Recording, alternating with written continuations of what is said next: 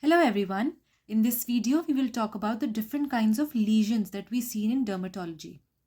So in dermatology, we see a lot of different kinds of lesions. What are they called and what is the description of them? That is what we will learn in this video. Now these lesions can be divided into primary, secondary and special lesions. Primary lesions are lesions that first appear in any condition. These are the initial lesions.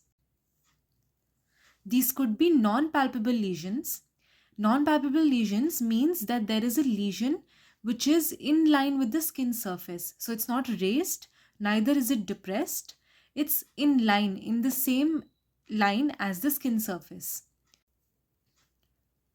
Now a non-palpable lesion of less than 1 centimeter is called a macule, whereas a non-palpable lesion of more than 1 centimeter is called a patch.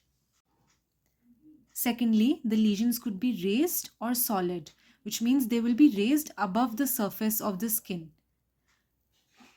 If the raised or solid lesion has a size of less than 1 centimeter, it's called a papule. A raised solid lesion of more than 1 centimeter is called a plaque. And a raised lesion of more than 1 centimeter, which is extremely deep, is called a nodule. The third kind of lesions are lesions that contain RBCs. What may happen is that the capillaries in the skin may leak out and blood may get collected under the skin. If such a RBC collection has a size of 1 to 3 millimeters, so a 1 to 3 millimeter RBC containing lesion is called petechiae. 3 to 10 millimeter RBC collection is called a purpura. More than 1 centimeter RBC collection is called an ecchymosis.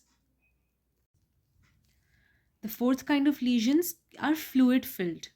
So there will be lesions which will be filled with some sort of a serous fluid. Such a fluid filled lesion of size less than 1 centimeter is called a vesicle and more than 1 centimeter is called a bulla. Pus containing lesions could be pinpoint sized and then they are called pustules, or large pus containing lesions are called abscesses. Finally, a wheal is a lesion which is seen in urticaria. It has central pallor and surrounding erythema.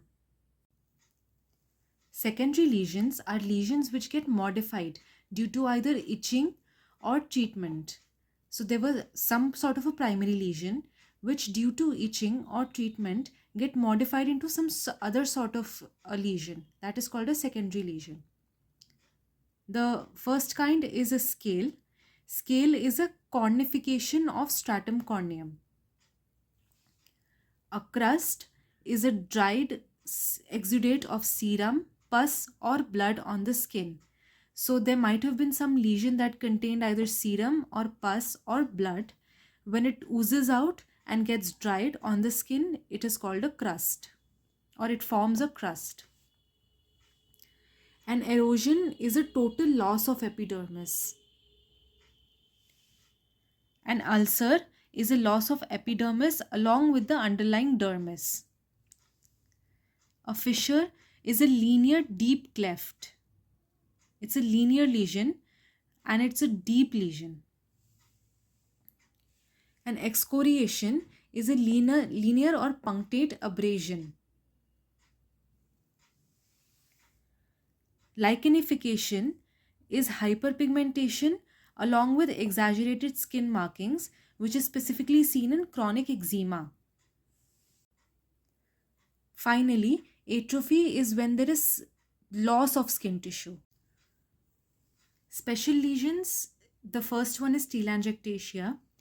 A telangiectasia is a permanent dilatation of small capillaries. So small capillaries underneath the skin surface will undergo dilatations and they appear like thin red patterns underneath the skin. So they will show a lacy, reticular, thin pattern underneath the skin.